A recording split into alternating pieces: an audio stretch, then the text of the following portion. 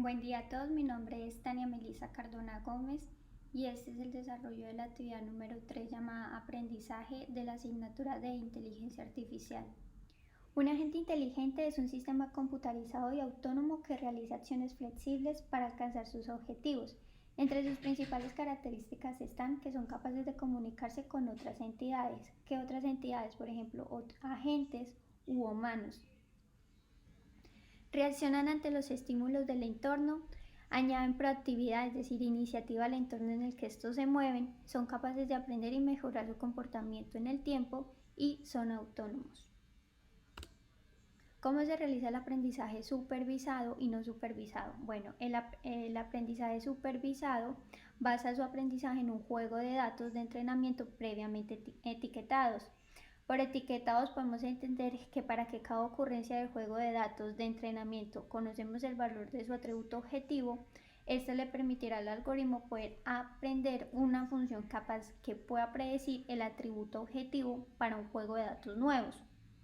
Mientras que el aprendizaje no supervisado se basa en su proceso de entrenamiento en un juego de datos sin etiquetas o clases previamente definidas. Es decir, no se conoce ningún valor objetivo o de clase, ya sea categórico o numérico, y el aprendizaje no supervisado está dedicado a tareas de agrupamiento, también llamadas los clustering o segmentación, donde el objetivo aquí es encontrar grupos similares en el conjunto de datos. El algoritmo Q-Nearest Neighbors o algoritmo de los vecinos más cercanos es un algoritmo que clasifica a cada dato nuevo en el grupo que corresponda, según tenga K vecinos más cerca de un grupo o de otro. Es decir, calcula la distancia del elemento nuevo a cada uno de los ya existentes y ordena dichas distancias de menor a mayor para ir seleccionando el grupo al que va a pertenecer. Este grupo será, por tanto, el de mayor frecuencia con menores distancias. Entonces, acá tenemos un ejemplo de dos grupos. En este caso, el grupo de unos cubos, de unos cuadrados y de unos romboides. Entonces, lo primero que vamos a hacer es, vamos a predecir a qué conjunto pertenece este dato que vemos, un dato que vamos a poner aquí, que es el que nos va a salir aquí con esta estrellita. ¿Sí? Entonces, para seleccionar un valor de K, para el caso ponemos el valor de 2, que sería K2, y ya seleccionados dos valores más cercanos al punto que vamos a predecir aquí, entonces vamos a decir que este K va a pertenecer al grupo de los romboides, ¿sí? Porque los dos que están más cerca pues son dos romboides. Si luego defino un valor para K mayor a 2, para este ejemplo sería K3, entonces vamos a agrupar los tres valores más cercanos. Entonces aquí ya habría dos romboides y un cuadrado, ¿sí? Entonces con dos valores en forma de romboide y con uno en forma de cuadrado, pues la predicción de este punto sería que sigue perteneciendo al grupo romboide por mayoría. Si yo sigo aumentando el valor de K con un valor de K aquí toma dos valores, por ejemplo, K4, entonces toma dos valores romboide y dos valores cuadrados. En este caso no se puede definir una predicción correcta porque la respuesta aquí no tiene ninguna clasificación. Entonces, esto nos da a entender que no siempre aumentar el valor de K va a hacer que la predicción sea más precisa. Por eso hay que probar pues con varios valores de K para obtener una buena clasificación. ¿Cómo es el algoritmo de clasificación C4.5 denominado en WCAG el J48? El algoritmo C4.5 genera un árbol de decisión a partir de los datos mediante particiones realizadas recursivamente. El árbol se construye mediante la estrategia de profundidad primero, que se llama también depth first. El algoritmo considera todas las pruebas posibles que puedan dividir el conjunto de datos y selecciona la prueba que resulta en la mayor ganancia de información. Entonces, suponiendo que tengo un archivo con la información acerca de los sobrevivientes o las personas que, por ejemplo, en este caso, vivieron la tragedia del Titanic, entonces en este archivo tenemos definidas unas variables. En este caso van a ser 4. ¿Qué variables? Clase en la que pertenecían estas personas, la edad de ellas, el sexo y si sobrevivió o no sobrevivió. En este caso vamos a presentar una información de 2.201 instancias, es decir, pasajeros de Titanic, y entonces vamos a poder determinar que la supervivencia en este caso estaba muy marcada por lo que sería el género o el sexo, ¿sí? Entonces en este caso yo elegí la variable o el atributo de la clase en la que pertenecía, ¿sí? Entonces aquí podemos ver, entonces tenemos que para los hombres, ¿sí? Personas de sexo masculino de edad adulta, aquí en esta línea, que eran parte de la tripulación, entonces se supone que cumplen con el patrón de supervivencia 1667, pero hay 805 que me dice aquí en este ejemplo. Este 805 es un número de que quedaron mal clasificados o son excepciones, ¿sí? Esa era la posibilidad que tenían de supervivencia los que fueran hombres, hombres adultos siendo parte de la tripulación y hombres niños que fueran de la tercera clase.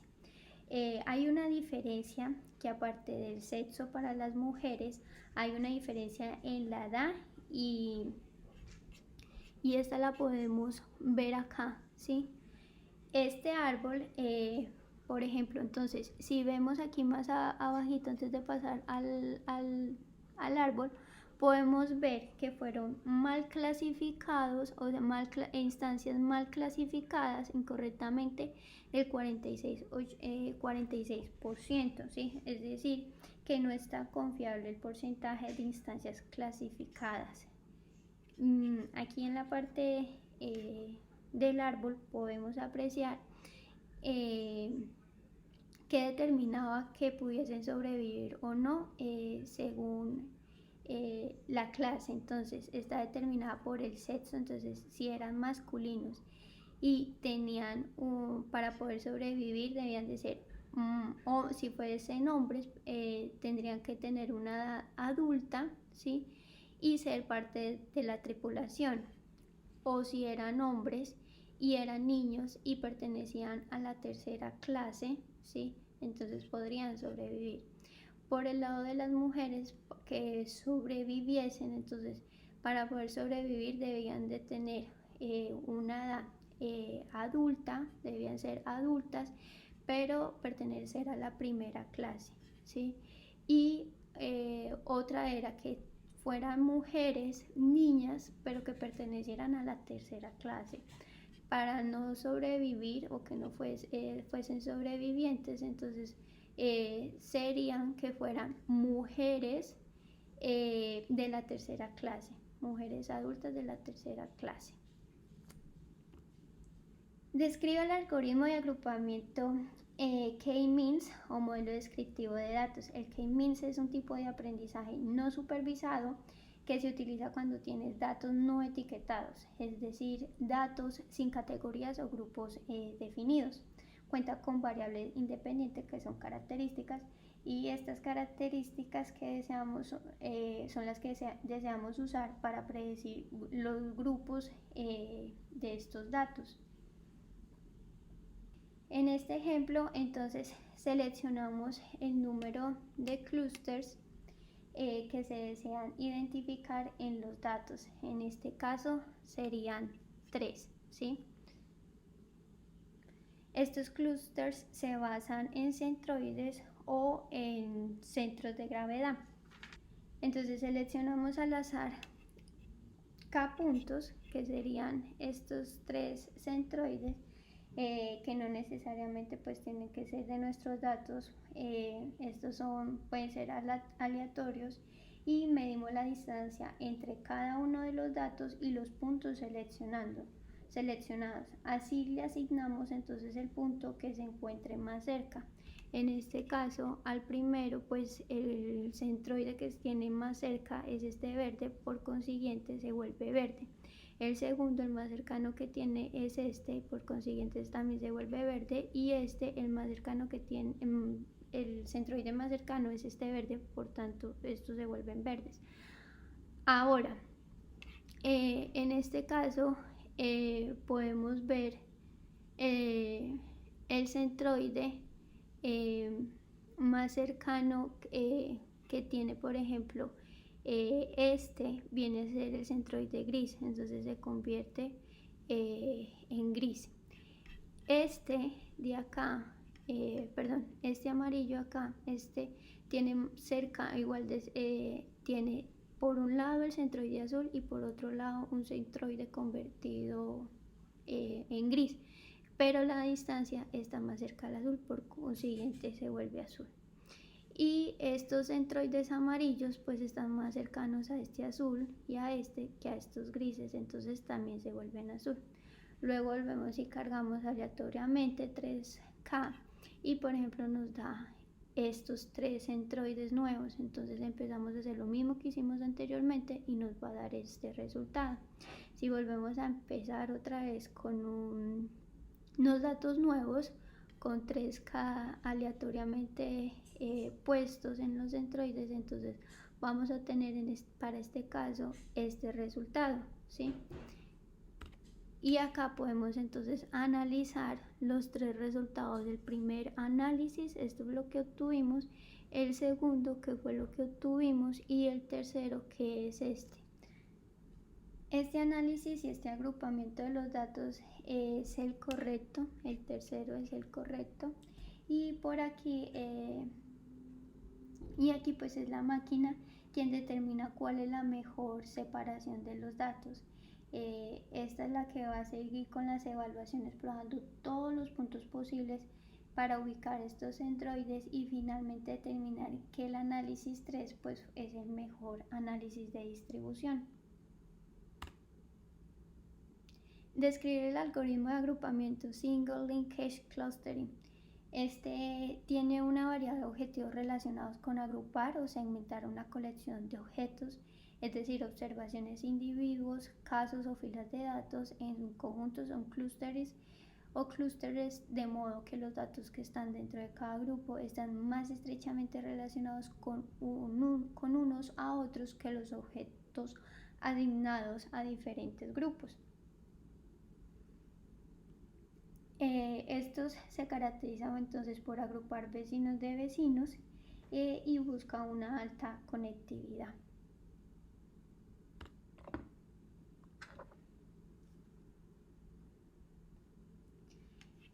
Para este ejemplo aquí entonces vemos 6, en este paso lo que hacemos es asignar a cada elemento un clúster, ¿sí? Aquí. A estos 6 elementos le asignamos un clúster, de modo que si tenemos n elementos, pues ahora vamos a tener n clúster. Entonces hay 6 elementos, vamos a tener 6 clústeres. Ahora lo que hacemos es encuentra el par más cercano de clúster y combinamos un único clúster, de modo que ahora tenga un clúster menos.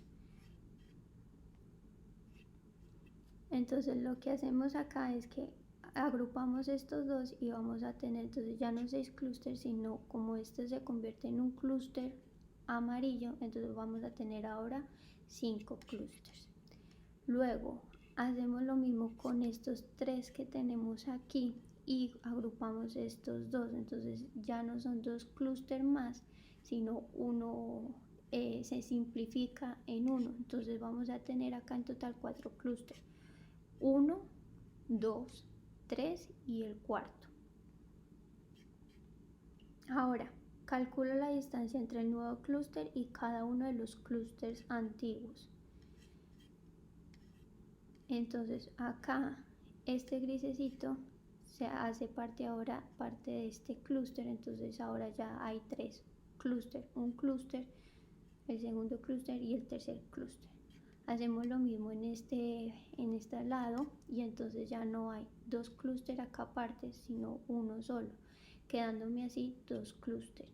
Y finalmente, cuando agrupamos estos, repetimos los pasos del 2 y el 3 hasta que van a quedar totalmente estos elementos agrupados. Entonces aquí, si agrupamos todo esto, pues nos va a quedar el número de clúster 1. Y esto es todo por el día de hoy. Muchas gracias por su atención. Tengan todos un feliz día.